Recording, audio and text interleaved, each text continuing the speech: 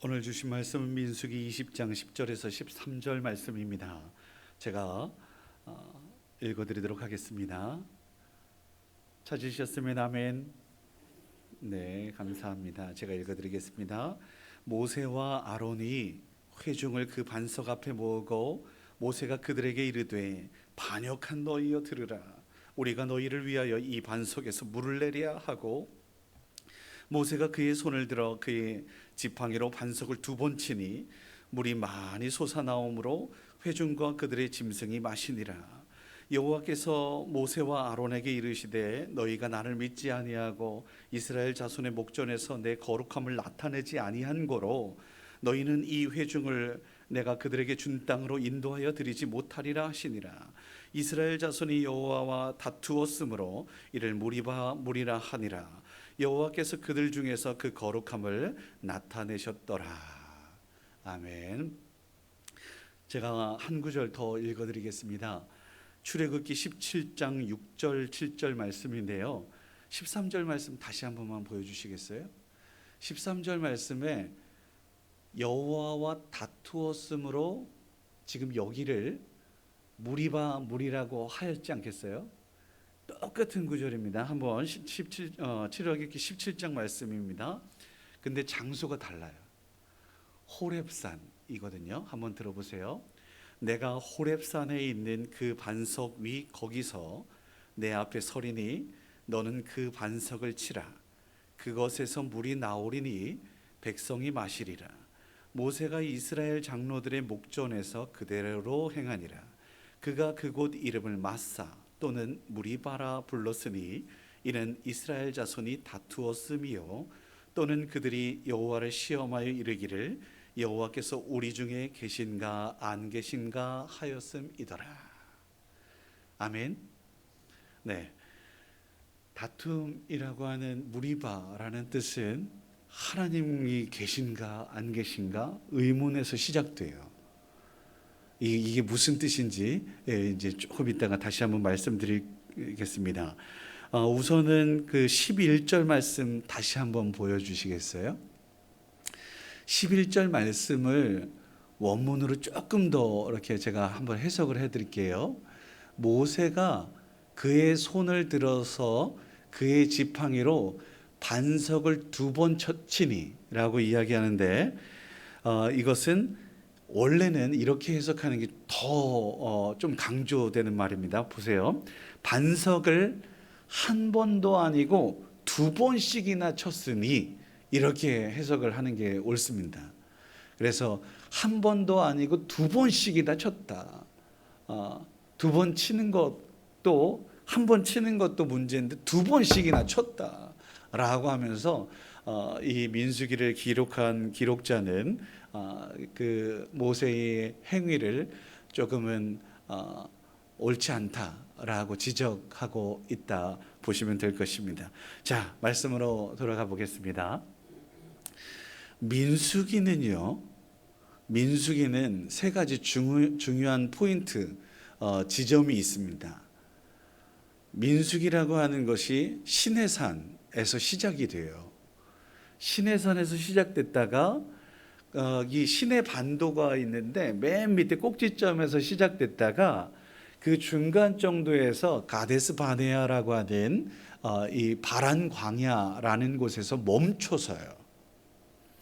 멈춰서서 뭐 하냐면 그 이스라엘 백성들 중에 12지파에서 한 지파씩 대표를 뽑아서 12명의 정탐꾼을 가나안 땅 바로 밑에 있으니까 거기에서 보냅니다. 보내서 우리가 잘하는 대로 정탐을 잘 마치고 돌아왔어요. 야, 거기가 정말 적과거리에 흐르는 땅이더입니다. 막 이야기하면서 그 좋은 땅이라고 이야기를 해요. 문제는 마지막 결론이 좋지 않았어요. 어떻게? 우리는 메뚜기와 같아가지고 안 됩니다. 우리 도저히 못 들어갑니다. 이렇게 눈에 보이는데 하나님을 의지하지 아니하고 하나님을 믿지 않고 그렇게 불순종, 소위 말해서 너희는 충분히 갈 수 있어. 너희들이 힘이 아니라 내가 하나님 됨을 온 세상에 알게 할 거야 라고 말씀하셨건만 그 말씀을 신뢰하지 못하고 우리가 못하겠습니다. 못해 하다 보니까 그래 그럼 너희들 그럼 여기 우리 죽을 것 같아요. 그래 그럼 너희들 죽어라. 이렇게 내버려두는 안타까움이 있었단 말이에요. 그곳이 어디? 가데스 바네아 바란 광야였던 거예요.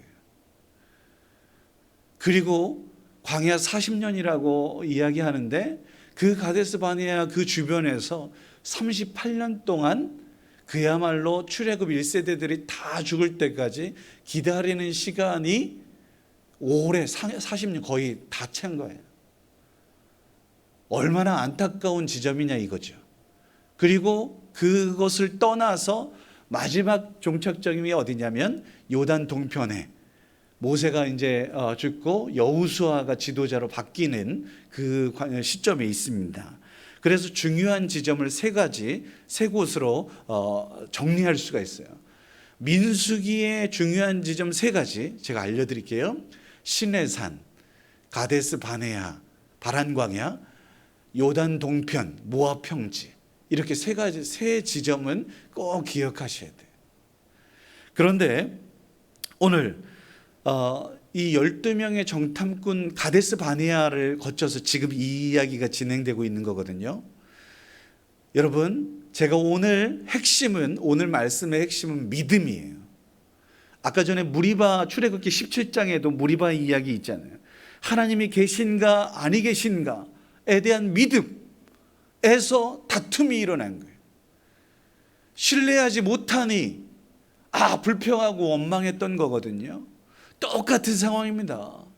그런데 12명의 정탐꾼들 불순종하고 거역하고 사명을 포기했어요. 이유가 뭐예요?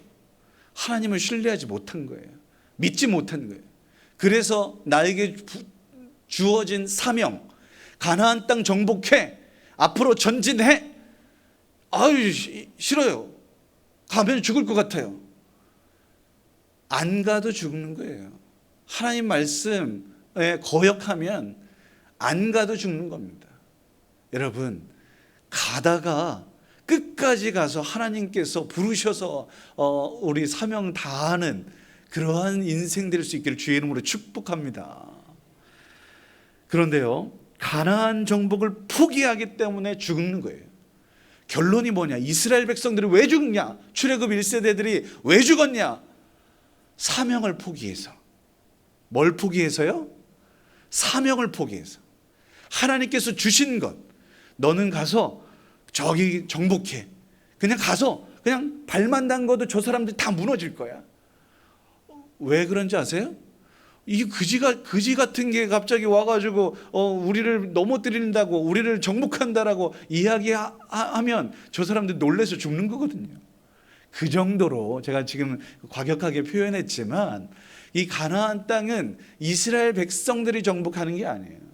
하나님께서 뒤에서 다 하나님께서 일하시는 줄 믿습니다. 이거예요. 그런데 그것을 믿지 않고 포기해 버리니까 그러면 너희도 그렇게 맞아서 죽어라. 여기에서 그렇게 죽어라. 그런데요, 이스라엘 백성들을 원래는 전염병으로 죽게 하려고 했잖아요. 이때에 모세가 간절히 중보기도 해요. 그래서 차선책으로 하나님께서 40년을 하루를 1년씩 셈해서 이곳에서 그러면 먹다 죽어라. 이렇게 차선책으로 만드신 거죠. 그럭저럭 살다가 죽는 벌. 만약에 하나님 나라에 사명을 가진 우리가 그럭저럭 살아서는 안 됩니다. 사랑하는 성도 여러분, 주님께서 뜻하신 바 그 뜻을 이루어 살아갈 수 있는 저와 여러분들, 우리의 가정들 되어야 합니다. 주님께서 주신 사명 감당하지 않으면 하나님께서는 돌들로도 소리치게 하실 수 있는 분임을 여러분 믿으십시오.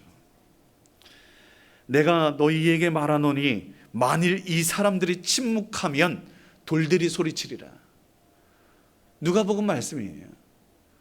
하나님께서 먼지 같은 우리를 그 코에 생기를 불어넣으셔서 생명이 되게 하셨어요. 에스겔의 말씀에서는 메마른 뼈들 가운데에 하나님께서 하나님의 영을 부어주셔서 군대를 만드시는 분들이세요. 모든 역사가 그랬단 말이에요. 바다가 갈라졌다. 그냥 7바퀴 돌았더니 성이 무너졌다. 하나님께서 하시는 일이에요. 우리는 하나님의 백성이라면 그 전능하신 하나님, 살아계신 하나님을 믿는 사람인 거예요. 오늘 말씀의 핵심이 뭐라고요? 키포인트가 뭐라고요? 믿음이라는 거예요. 그런데요, 오늘 이 민수기 터닝 포인트라고 하는 오늘의 말씀에서는 어느 정도 시간이 지났어요. 그리고 공간적으로도 중간 지점이었던 가데스 바네아라고 하는 바란 광야를 조금 떠났단 말이에요. 그래서 가나안 땅으로 옮기려고 하는 이 땅 가운데에 하나님께서 하나님을 신뢰하지 못한 이스라엘 백성들을 뒤로하고 이제는 광야 2세대들을 가지고 나아가는 거예요. 그런데 중요한 것은 뭐냐면 이때에 지도자들이 죽어요. 우선은 가데스 바네아 가데스에서 미리암이 죽는단 말이에요. 그래서 제가 오늘 20장 말씀의 제목을 출애굽 삼총사의 삼형제의 죽음이라고 표현한 거예요. 20장에 모세는 죽지 않지만 미리암이 죽고 아론이 죽고 모세가 죽게 될 것을 예표하고 있잖아요. 예언하고 있잖아요. 우선 20장 1절 말씀 한번 보세요. 20장 말씀 제가 앞에 스크린 준비해놨어요. 함께 읽어볼까요? 시작. 첫째 달에 이스라엘 자손 곧 온 회중이 신광야에 이르러 백성이 가데스에 이르더니 미리암이 거기서 죽음에 거기서 장사되니라. 20장 말씀에 가데스 바네아에 이르렀더니 거기서 죽는 거예요. 이제부터 죽음의 시작인 거예요. 그 이유가 뭐냐? 저쪽에 이제 출애굽기에서 많은 사람들이 교만하고 불순종하고 또 믿지 못하고 뭐 이런 거 했던 그 모습을 그대로 지도자였던 미리암도 그것에 그대로 속하고 있는 거예요. 출애굽 1세대들은 다 죽으리라. 여호수아와 갈렙만 빼고 라고 말씀하고 있잖아요. 여기에 포함된 거예요. 최초의 여선지자였고요.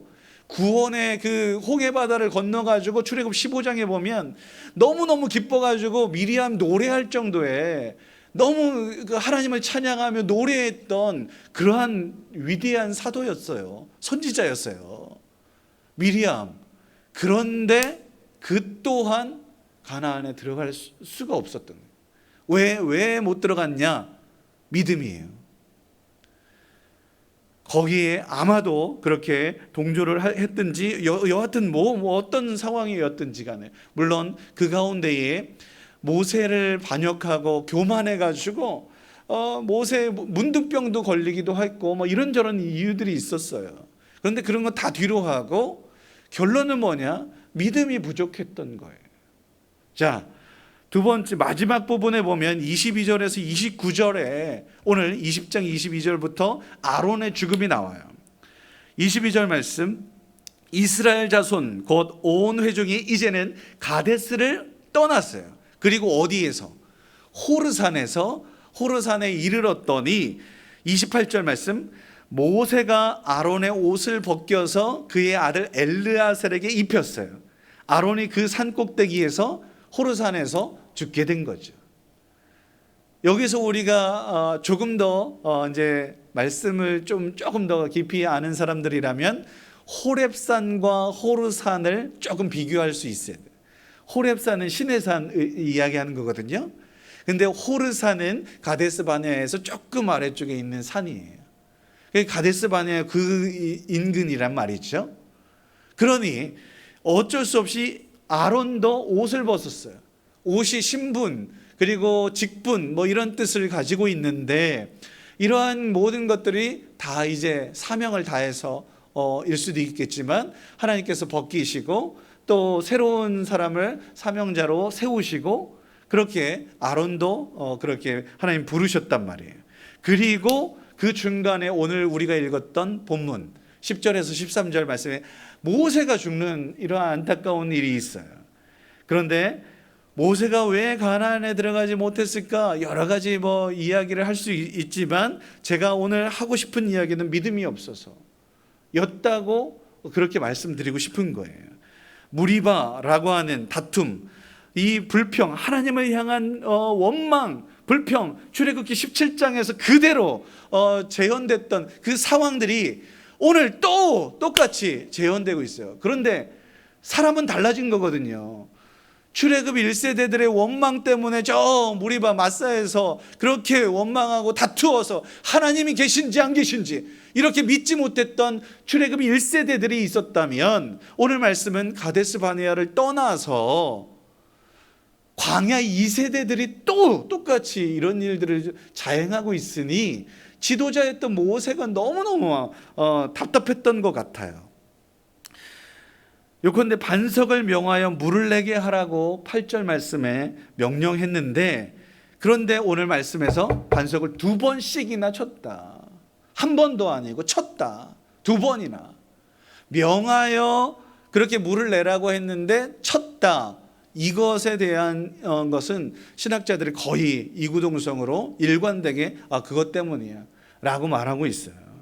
불순종했기 때문이겠죠. 그런데 또 어떤 학자들은 이렇게도 이야기해요. 하나님의 백성인데 반역한 너희여 라고 이야기를 했기 때문에 모세가 못 들어갔어 라고 이야기도 하더라고요. 그리고 또 아울러서 우리가 물을 내랴? 물을 내시는 분은 누구예요? 하나님이신데 우리가 내랴? 라고 모세가 그 주어를 자신을 포함해서 이야기를, 지도자를 포함하고 있으니 그래서 라고도 이야기를 하지만 제가 하고 싶은 이야기는 뭐라고요? 믿음이라고요. 자, 그것을 어떻게 근거로 하고 있느냐면 12절 말씀이에요. 한번 보세요. 여호와께서 모세와 아론에게 이르시되 너희가 나를 뭐 하지 않았어요? 믿지 않아서 라고 이야기하는 거예요. 이스라엘 자손의 목전에서 믿지 않아서, 그리고 그 믿지 않음이 뭐냐? 구체적으로 내 거룩함을 나타내지 않아서, 하나님의 하나님 되심을 인정하지 않아서, 믿지 못해서 라는 거예요. 하나님은요, 우리 인생이 아니시잖아요. 우리가 할 수 없는 일들도 하나님께서 하실 수 있으신 분이시잖아요. 전능하신 분이시란 말이에요. 그런데 그 모든 것 속에서 거룩함을 나타내지 않았기 때문에 너희들이 인도하여 드리지 못할 거야, 가나안 땅에 들어가지 못할 거야 라고 이야기하고 있는 거예요. 주 하나님을 믿지 못했기 때문에. 그리고 그 믿음, 성경에서 우리 하나님의 백성들의 제일 중요하게 여겨야 할 것이 뭐냐? 믿음이에요. 하나님의 전능하심과 하나님의 살아계심과 창조주 하나님, 구원의 하나님, 이 진리를 선한 길로 인도하실 그 하나님을 믿지 못하는 거예요. 그래서 당장 눈에 보이는 것들을 쫓아서 나아가고 세상 것에 눈을 돌리고 있는 이러한 모습들이 없잖아 있기 때문에 그런 거죠. 그리고 그 믿음은 반드시 행함을 수반하는 믿음이어야 합니다. 그런데 아론과 모세의 죽음은 그렇게 믿음이 없어서, 달리 말하면 하나님을 불신했기 때문이요, 하나님의 거룩함을 나타내지 못했기 때문인 거예요. 그렇다면 가데스 바네아에서의 오늘의 상황들은 이스라엘 백성들도 그렇게 믿음 없어서 죽었잖아요. 지도자들도 별반 다르지 않은 거예요. 저는 이것을 보면서 우리 하나님 공평하신 분이시다. 누구에게나 적용되는 거잖아요. 믿음 없으면 지도자도 잘났거나 못났거나 많이 배웠거나 못 배웠거나 있거나 없거나 상관없이 믿음 없으면 너희는 끝이야 라고 말씀하세요. 이것이요, 그런데 그대로 신약에서도 적용할 수 있다고 저는 확신합니다. 어떻게 해요? 사도행전 16장 31절 말씀에 보면 주 예수를 믿으라. 같이 읽어볼까요? 그리하면 너와 내 집이 구원을 받으리라. 예수를 하나님으로, 그리스도로 고백하는 자에게 구원이 있어요. 믿으면, 하나님 예수님이 십자가에 달려 돌아, 오늘 새벽에 제가 그 말씀 드렸죠. 이사야 53장에 우리 예수님 어떤 모습으로 이 땅 가운데 임하셨다고요? 볼품없는 모습으로, 정말 형편없는 모습으로 이 땅 가운데 임하셨어요. 그런데 그분이 하나님이래요. 그대로 적용해 볼까요? 십자가에 달려 돌아가신 분이, 그 청년이 하나님이셨대요. 이것을 믿는 자에게 구원이 있대요. 누구든지 예수를 그리스도로 고백하면, 믿으면 구원에 이를 수 있다.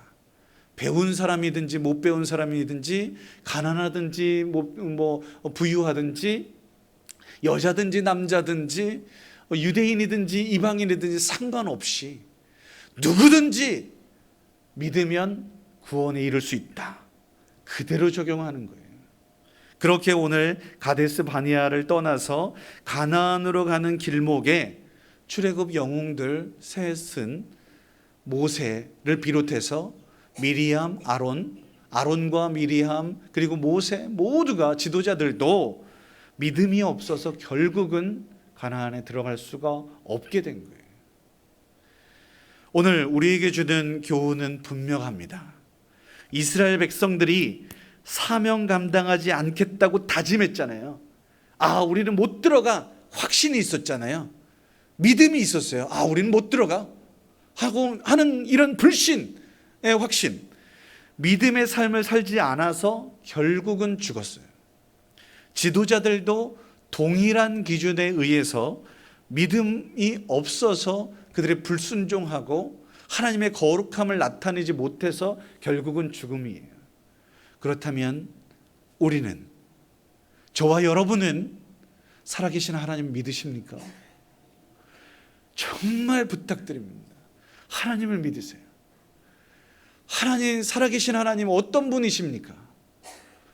우리 자녀된 우리들이 많은 것들을 해서 자녀 아니에요. 하나님의 뜻을 온전하게 준행하고 그 뜻을 아빠라고 고백하며, 사랑합니다 라고 고백하면, 우리가 조금 곁길로 나아가도 또 이렇게 또 안으시고 용서하시고 이해하시고 우리의 부족함에 대해서 뭐라고 말씀하시지 않고 싸매 주시는 그 하나님이세요. 하나님의 하나님 되심, 하나님의 거룩함을 믿고, 우리 하나님 크신 하나님이시잖아요. 좁은 하나님, 작은 하나님, 막말로 쫌생이 하나님 아니잖아요. 쫌생이 하나님이라고 이야기했던 메뚜기의 하나님이라고 그렇게 지칭했던 이스라엘 백성들 다 죽는 거예요. 우리 하나님을 작은 하나님으로, 편협한 하나님으로 만들지 말아야 될 그러한 우리의 역할이 있어요. 자, 믿음으로 구원에 이른다라는 진리를 우리 모두가 오늘 이 말씀 가운데에 분명히 할 수 있기를 바랍니다. 우리에게 주어진 사명, 하나님께서 부여해 주신 사명들이 있어요. 여러 가지 많이 있을 거예요.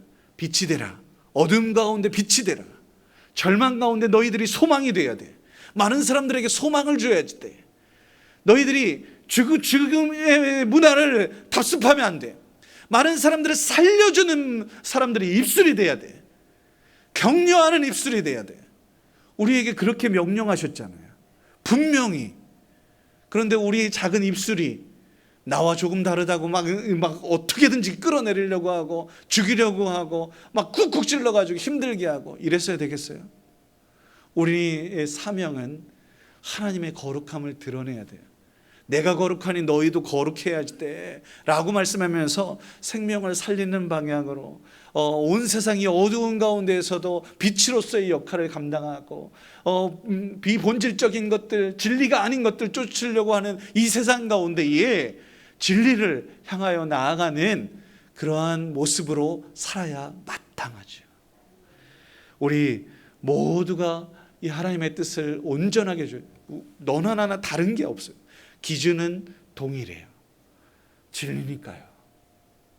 우리 모두가 이 진리 위에 바로 서서 바라기는 하나님께서 두 팔 벌려 안으시는 그 가나안 땅, 언제 어떻게 될지 알 수 없지만 주님께서 안으시는 그때까지 나의 달려갈 길을, 사명을 잘 감당하는 충성된 자로 우뚝 설 수 있게 되기를, 우리 교회가 되기를, 우리 가정과 자녀 후손들 되기를 주의 이름으로 축원합니다. 기도하겠습니다. 거룩하신 아버지 하나님, 살아계신 하나님을 믿고 의지하게 하여 주옵소서. 주님 말씀에 순종하며 따르게 하옵소서. 이스라엘 백성들의 원망과 불평, 불신에 대해서 우리 모두가 늘 깨어있게 하시고, 지도자들도 마찬가지 동일하게 적용되는 믿음의 기준이 있습니다. 하나님의 하나님 되심을 늘 인정하고 고백하며 살아가게 하여 주옵소서. 그래서 우리 모두가 우리 집이 구원의 은혜를 누릴 수 있게 하옵소서. 구원의 길, 오직 구원은 예수님께 있습니다. 그 존귀하신 이름, 예수님의 이름으로 기도드립니다. 아멘.